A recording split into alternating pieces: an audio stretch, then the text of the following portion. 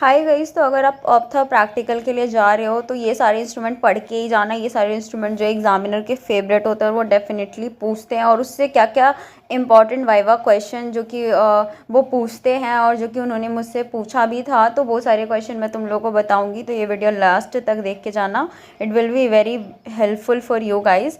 तो first instrument जो कि हम डिस्कस करने वाले हैं that is your superior rectus holding forceps. तो देखो, तुम लोगों को नाम से पता चल जाएगा कि ये सुपीरियर रेक्टस को होल्ड करने वाला फोर्सेप्स है। ठीक है, इसको पहचानने का तरीका क्या है कि इसमें देख लेना कि 2-3 होल्स रहेंगे, और आगे क्या होगा, जैसे कि जो वर्ड होती है ना उसका जो फेस होता है उस तरीके से एंगुलेटेड रहेगा। ठीक है, तो that is called the superior rectus holding forceps.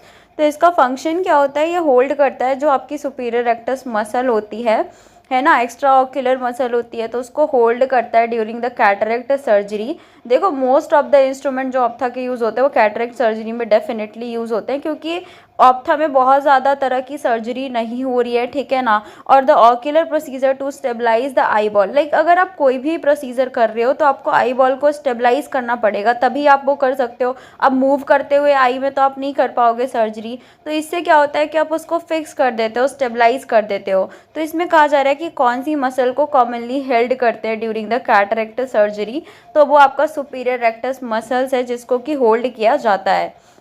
Next is your Bard Parker handle. तो बार्ड पार्कर हैंडल तो तुम लोगों ने हर सब्जेक्ट में ही पढ़ा होगा, क्योंकि हर जगह पे ही यूज़ होता है। इसका जो फंक्शन होता है that is to hold the surgical blade for making the insertion.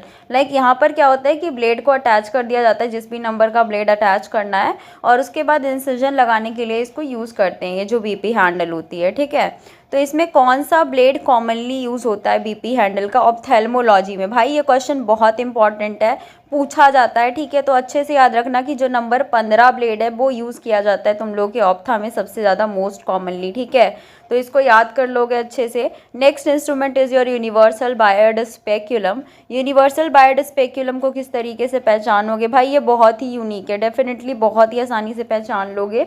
ठीक है ना, फंक्शन क्या होता है इसका? Keep the eyelid apart during the eye examination और द सर्जरी। तो जब आई का एग्जामिनेशन करोगे आप लोग, ठीक है, या कोई सर्जरी चल रही है मान लो, तो उस टाइम पे दोनों आईलिड को हमें अलग अलग रखना पड़ेगा। ठीक है, ये जो दोनों आईलिड है वो दूरी पे ही रहे, ये ना हो कि बंद हो जाए भाई, तो दोनों आईलिड दूर दूर पे रहे। इसको करने के लिए हम इसका यूज़ करते हैं, यूनिवर्सल बायर्ड स्पेक्यूलम का यूज़ करते हैं। ठीक है ना, इसको यूनिवर्सल क्यों कहा जाता है? भाई इतना ज़्यादा फेवरेट क्वेश्चन है ना, मतलब एग्जामिनर का।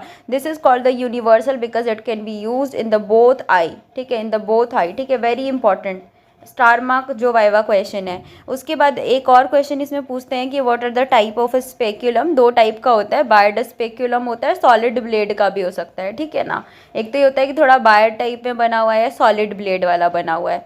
नेक्स्ट इज योर कैलाजियन का स्कूप। तो कैलाजियन जो है, तुम लोग को पता होगा कैलाजियन क्या होता है। तो कैलाजियन स्कूप नाम से ही तुम लोग को मोस्टली पता चल जाएगा।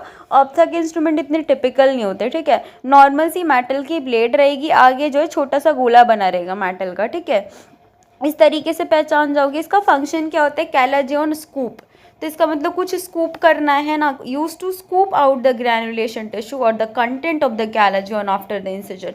मान लो कि किसी को कैलाजियन हो रखा था, मैंने इंसिजन लगाया, उसमें से कुछ भी जो कंटेंट, बुरे कंटेंट मेरे को निकालना है, स्कूप आउट करना है, उसके लिए यूज़ करते हैं। तो उसमें एक इंपॉर्टेंट क्वेश्चन बनता है कि भाई व्हाट इज कैलाजियन। कहीं ऐसा तो नहीं तुम्हें कैलाजियन ही नहीं पता क्या है कैलाजियन?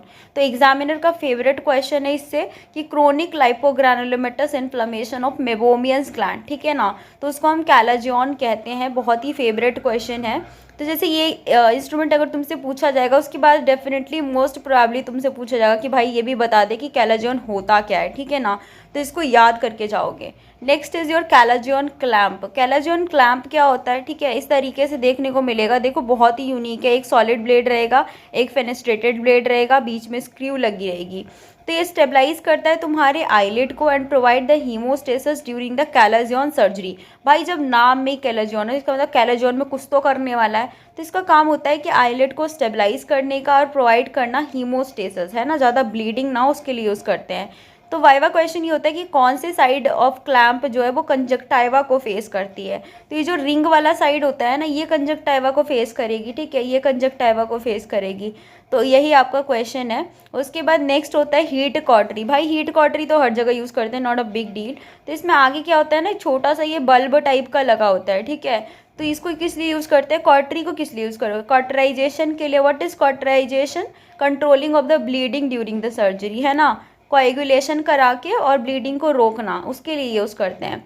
Next is your Vannas scissors. Vannas scissors क्या होता है, जैसे यू विल सी कि हाँ इस तरह से ब्लेड रहेगी और आगे से बहुत ही ज़्यादा जैसे शार्प सी दो ऐसे निकले रहेंगे, ठीक है, शार्प एजेस।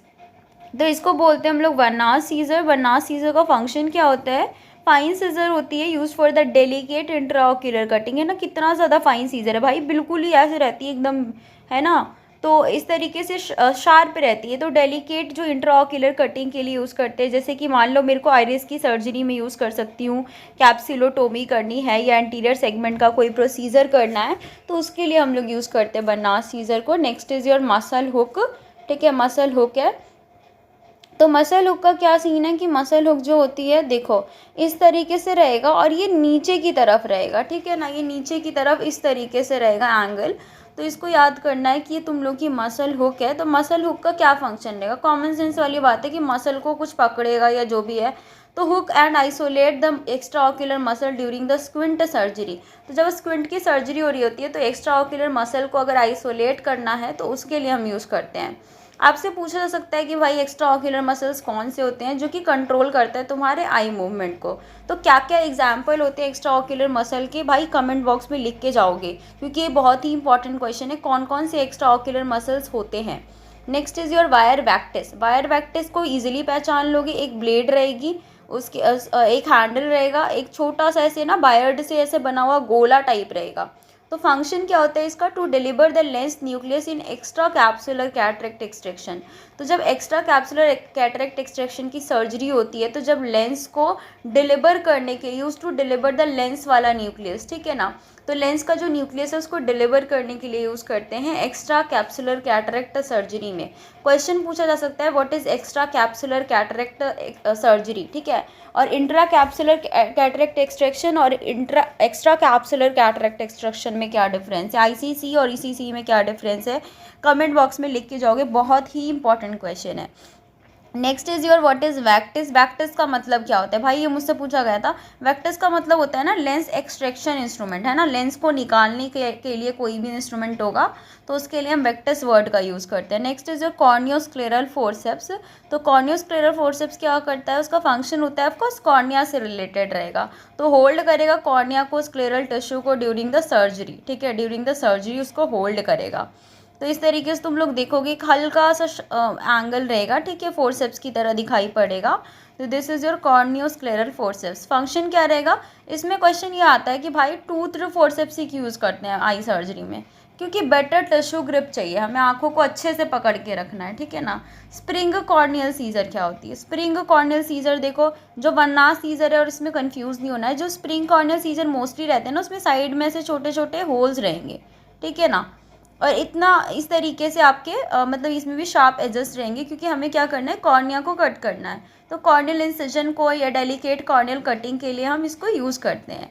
तो इसको कहते हैं कि why are the spring scissors useful, क्योंकि ये कंट्रोल्ड माइक्रो मूवमेंट कराते हैं, ठीक है ना, क्योंकि ये कंट्रोल्ड माइक्रो मूवमेंट कराते हैं। इसका मेन यूज़ क्या है, कॉर्नियल सर्जरी में इसका मेन यूज़ है। उसके बाद है तुम लोग की निडल होल्डर। निडल होल्डर कैसे पहचानोगे, एक ना नॉर्मल सीजर की तरह दिखाई देगी, लेकिन तुम लोगों को उसको खोल के देखना है कि भाई अंदर तुम्हें ऐसा दिख पा रहा है कि नहीं दिख पा रहा।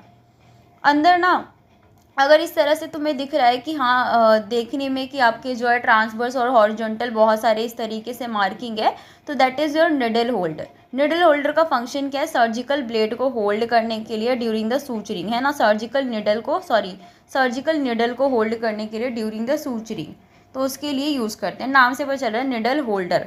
उसके बाद वाइवा क्वेश्चन क्या होता है इसमें कि आर्टरी फोर्सेप्स और निडल होल्डर में क्या डिफरेंस है। तो देखो जो निडल होल्डर होती है उसमें शॉर्ट स्ट्रॉन्ग जॉ होता है फॉर द निडल ग्रिप। इसमें बहुत छोटा सा, देखो आगे का पोर्शन कितना ज़्यादा छोटा है भाई निडल होल्डर का, है ना, उससे भी पहचान सकते हो।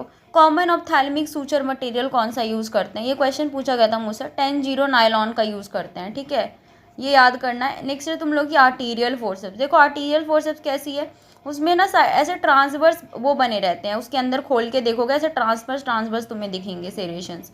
तो उसमें फंक्शन क्या होता है, क्लैंप करते हैं ब्लीडिंग वेजल को टू अचीव द हीमोस्टेसिस। नाम से पता चल रहा है कि आर्टरी फोर्सेप्स है, मतलब आर्टरी के साथ कुछ तो करना है, तो आर्टरी से एक काम करो, ब्लीडिंग को रुकवा दो, ठीक है, उसके लिए यूज़ करते हैं। वाइवा क्वेश्चन क्या होता है, इसके टाइप्स क्या होते हैं। देखो ये स्ट्रेट भी हो सकता है, कर्व्ड भी हो सकता है, ऐसा नहीं है कि कर्व्ड ही रहेगा या स्ट्रेट ही रहेगा, ऐसा कोई फिक्स्ड रूल नहीं है।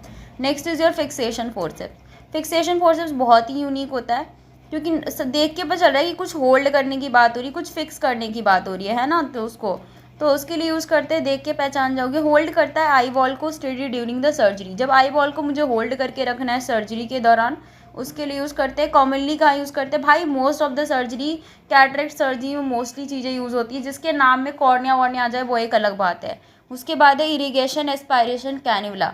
इरीगेशन एस्पायरेशन कैन्युला है ना, एक इरीगेशन और एस्पायरेशन कैनुला होता है, उसके बारे में हम बात करेंगे।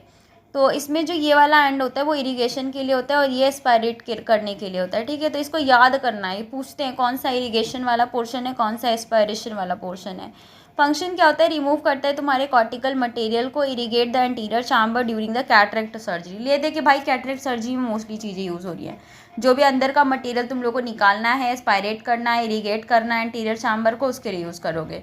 What is irrigation aspiration, simple सी बात है कि एक साथ ही वॉश करके सक्शन करना। Used mainly in which surgery, भाई को नहीं समझ में आ रहा है, कैटरेक्ट सर्जरी मोस्टली चीज़ों का आंसर है, सही बताऊँ तो इन शॉर्ट। लेकिन हाँ थोड़ा समझ लेना, पढ़ लेना, ऐसा नहीं है कि बिल्कुल ही कैटरेक्ट ब्लाइंडली नहीं बोलना है, ठीक है। So it's all about that particular video. So if you really like it, share with your friends. Thank you, thanks for watching.